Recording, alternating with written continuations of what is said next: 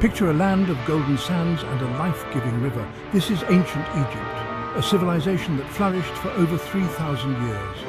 The Nile River was the heartbeat of this incredible culture.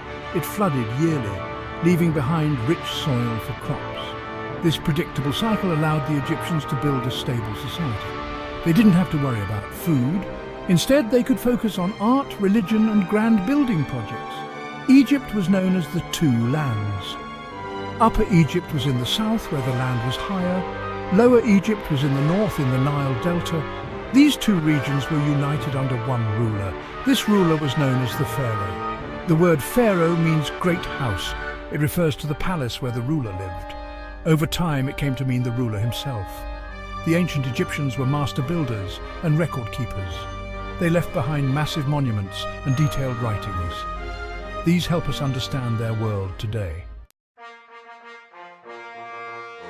The story of the pharaohs begins around 3100 BC. This is when Upper and Lower Egypt were united. The first pharaoh was a king named Nama, also known as Menes. He wore the crowns of both Upper and Lower Egypt. This showed that he ruled the whole land. Ancient Egyptian scholar, Ancient Egyptian scholar explaining the significance of Pharaoh Nama's reign at the start of the early dynastic period. Nama's reign marked the start of the early dynastic period. It was the beginning of a system that would last for millennia. The pharaohs of the early dynastic period faced many challenges. They had to keep the two lands united. They also had to defend Egypt from outside threats. But they also made great strides. They developed the hieroglyphic writing system. They began building with stone. They established trade routes with other lands. All of these things helped make Egypt stronger and richer. As time went on, the power of the pharaohs grew. They were seen not just as kings, but as gods on earth. The Egyptians believed that the pharaoh was the son of Ra, the sun god. The Middle Kingdom from 2055 to 1650 BC and the New Kingdom from 1550 to 1069 BC, periods are often seen as the golden age of ancient Egypt. During these times, the pharaohs reached the height of their power. They ruled over a vast empire that stretched from Nubia in the south to Syria in the north. Egypt was wealthy and influential. It was one of the great powers of the ancient world. Modern historian, the pharaohs of this time were great builders and conquerors. They led armies into battle and brought back riches from foreign lands. Thutmose III, for example, was known as the Napoleon of Egypt. He led 17 military campaigns and greatly expanded Egypt's borders. Amenhotep III was called the Magnificent. He ruled over a peaceful and prosperous Egypt. He built grand temples and palaces. These pharaohs left their mark on history in big ways. But it wasn't just about war and building. The pharaohs of this time also made great strides in art and culture. The tomb of Tutankhamun from the New Kingdom shows us the incredible craftsmanship of the time. The pharaohs sponsored great works of literature. Among all the pharaohs, some names stand out. Tutankhamun is perhaps the most famous. He became pharaoh when he was just a boy, around 9 years old. He ruled for only about 10 years and died young. But his fame comes from his tomb. It was discovered in 1922 by Howard Carter. The tomb was almost untouched by grave robbers. It was filled with incredible treasures. These give us a glimpse into the wealth and artistry of ancient Egypt. Tutankhamun's golden mask is one of the most recognizable images from ancient Egypt. Archaeologist, but there was more to him than just his treasure. He lived in a time of great change. His father, Akhenaten, had tried to change Egypt's religion. Tutankhamun helped restore the old ways. He reopened temples and brought back the old gods. This helped stabilize Egypt after a turbulent time. Despite his short reign, he played an important role in Egypt's history. Another famous pharaoh is Ramses II, also known as Ramses the Great. He ruled for an incredibly long time, 66 years. He was a great warrior and builder. Section 5. Divine Rulers, the religious role of pharaohs. The pharaohs weren't just political rulers, they were also religious leaders. In fact, their religious role was just as important as their political one. The ancient Egyptians believed that the pharaoh was a living god. He was the earthly embodiment of Horus, the falcon-headed god of kingship. When a pharaoh died, he became one with Osiris, the god of the afterlife. This belief was central to Egyptian society. As a living god, the pharaoh had unique religious duties.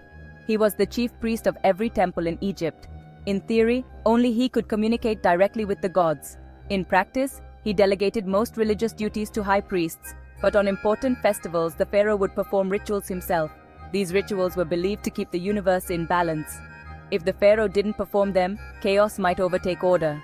The pharaoh was also responsible for building and maintaining temples. This was seen as a sacred duty. Many pharaohs spent vast resources on temple construction. They believed this would please the gods and ensure their favor. Temples weren't just places of worship. Section 6. Building for Eternity. Monumental Achievements. The pharaohs were some of the greatest builders in history.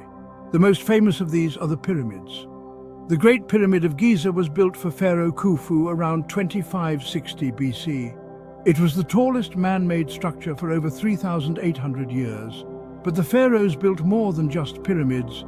They created vast temple complexes like Karnak and Luxor. The pharaohs also built colossal statues of themselves.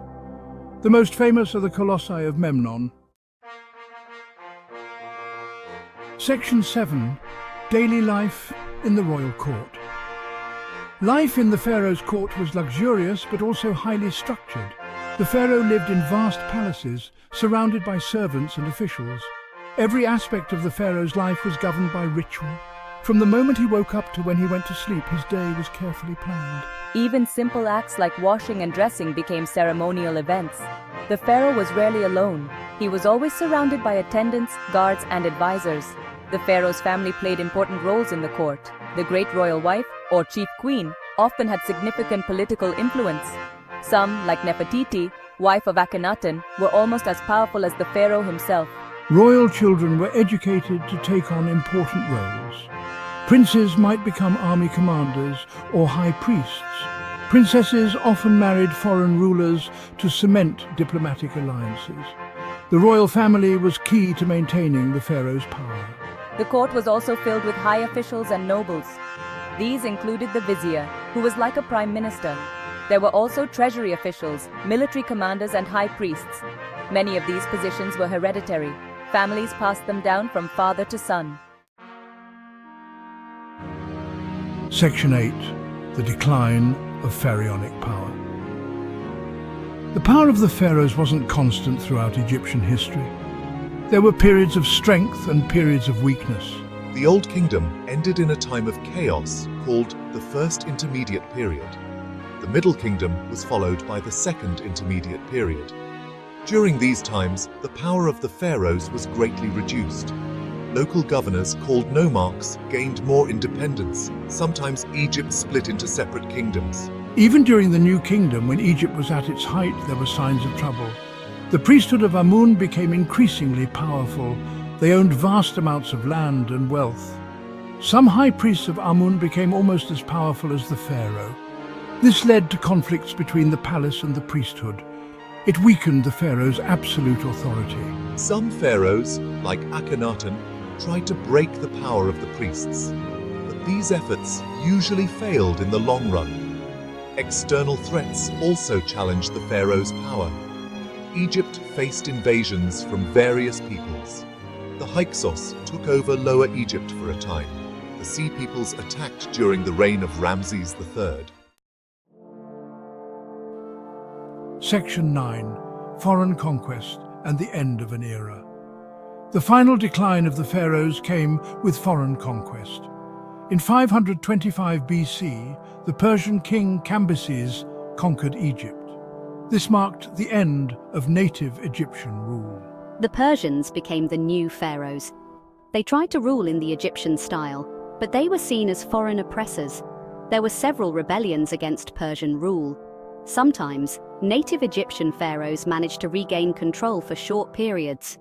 But the days of Egypt as an independent power were over. In 332 BC, Alexander the Great conquered Egypt. He was welcomed as a liberator from Persian rule. Alexander founded the city of Alexandria. After his death, His general Ptolemy became the new ruler of Egypt. The Ptolemaic dynasty ruled Egypt for nearly 300 years. They styled themselves as pharaohs.